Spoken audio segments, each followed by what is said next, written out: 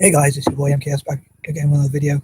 I wanted to wake up a lot earlier today and do like a lot of writing, but unfortunately it didn't quite work out as I planned. I planned to wake up at like 8 o'clock, have my breakfast and start writing from about 9 o'clock, but I didn't get up till about 11. But I problem is I kept waking up early in the morning. So anywho, uh, I did say yesterday I'll try and do more writing and probably not do so many videos. For anyone who follows my channel, I don't think I'll be doing the stories about the children's story about Maury the mouse and all that today. I'm probably going to try and develop the story, maybe get back into it next week or whenever possible. Anywho, I say hope you'll enjoy this mad video of mine as usual, and hope everyone's doing well out there. And hopefully this gives you some food for thought and makes you think about life, maybe like even what you appreciate. So I'd love you to share other people to share their own list about reasons why you would have to love God. I know there's a few like on YouTube and also on Google already, which I've seen. Anyway, I'm going to try and get on the list. I don't want the video to be too long, so I hope people out there will enjoy it and that kind of thing. Anyway, here goes. Number 11. I suppose like God helping you to turn your life around, because I suppose some people talk about being born again and things like God turning your life around, like people who are ex-criminals and perhaps God helped them to leave lives of crime, or they used to always get into fights and God helped them somehow, or with some inspiration, or reading the Bible helped them in some ways. So I think that's another reason, in my opinion, to love God. Again, I think there could be again, I'd love to hear what you think about each of these points or any other thing that you want to comment, preferably on topic. But again, all comments welcome, literally any comment that you want to make, preferably, as I say, on topic, but it doesn't have to be if you don't want it to be. But whatever you want to post in the comment section, free speech as much as possible. If YouTube removes it or anyone else, then that's up to them, but I won't be removing any comments. Even if they're hateful or anything else, it's up to you.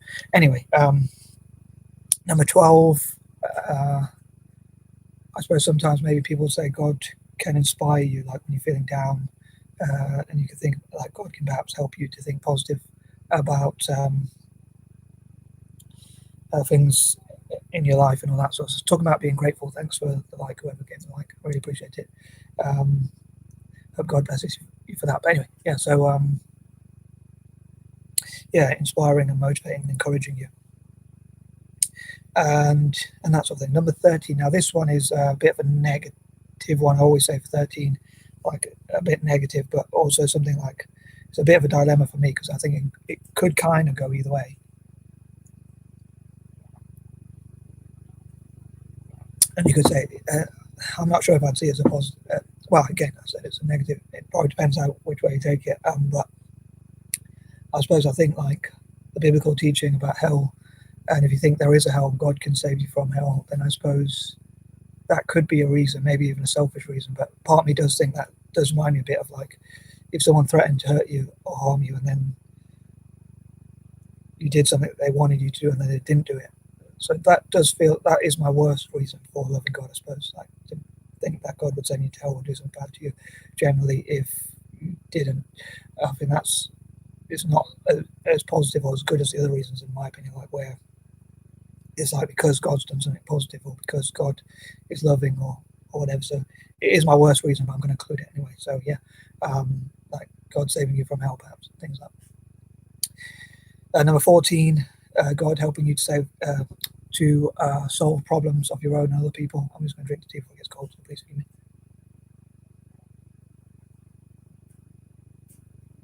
It was already a bit cold. I think that's one of the reasons why I get bad back, because I tilt my head back. Anyway, so God helping you to solve your problems and helping you to solve other people's problems.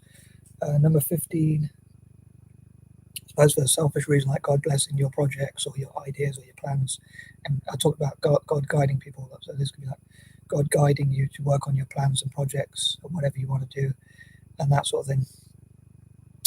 Number 16, I got to admit I'm clutching at straws a little bit at this one, so I'd love to hear any of your point number 16. I'd love to hear any of your reasons for loving God. I know I said that with my patterns, but yeah, God helping you to see, put things into perspective. Like if you're angry about something, where you didn't get your way and you're angry about that, you could think about all the things that we take for granted, or so you could prioritize things and learn prioritize better. Anyway, so again, I'd love to hear what you think about reading Serve God as well. Number 17, for any skills, talents, or abilities, or imagination, or anything like that. Like for me, I think like all the positive traits of dyslexia. I'm not saying, like some people say, dyslexia is actually a gift, possibly a gift in disguise, especially when you're younger and you struggle at school. But I think the strengths of dyslexic people and famous and successful dyslexic people and successful dyslexia stories makes me perhaps love God more, because I think of all the maybe God has given us some talents in areas where we're weaker, so thinking outside the box and all that. So, but yeah, anything we're good at, or any skill or talent or imagination or things like that. Number 18, for any positive thing in your life. Again, for my list, it would be also similar. Or for me, it'd be like, from a less selfish point of view, any positive thing I think in the world, like that there's company, there's people are not always lonely. God teaches us to care for other people and perhaps makes life good, but then gives us free will, which is a point I forgot to mention in part 3 because I got my plans on. But yeah, so like free will as well. Like maybe there's suffering in the world, but that's maybe hopefully not God's fault. But obviously people go to war with each other. Hopefully that's nothing to do with God. I know I'm giving the benefit of the doubt here, but I'm sure if you look at the biblical teaching, most of it tells you not to go to war and not to be violent. And possibly that's why God says you shouldn't, like, excuse the phrase, but sleep around. I know I want to make this family friendly, so I should be careful what I say, but because you're sleeping with someone's partner, so that creates conflict. Maybe that's why God says he's against it. I don't know, but you're not supposed to covet other people's things. It's hard to call people other people's things, but I think hopefully someone hopefully does. Number 19, yeah, all the positive things in your life. And number 19, like God to bless your plans and projects again. And in my case, my paperwork, my plans, my ideas. For each paperwork I managed to finish, each project I managed to finish happily, with joy, and each project I managed to send to parts of Asia and Africa and what I call the four and help people with. Hopefully I'll give God one extra mark for that, or rating or score for that, mark, rating, point or score for that sort of thing.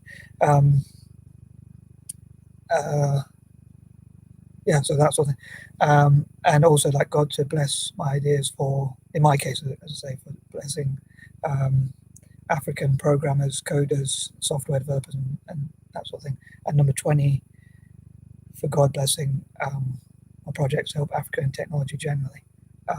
And again, I'd love to hear any points that you have. I think I did quite well with that one in terms of keeping it low, like not too long. Under 10 minutes. Peace. I love.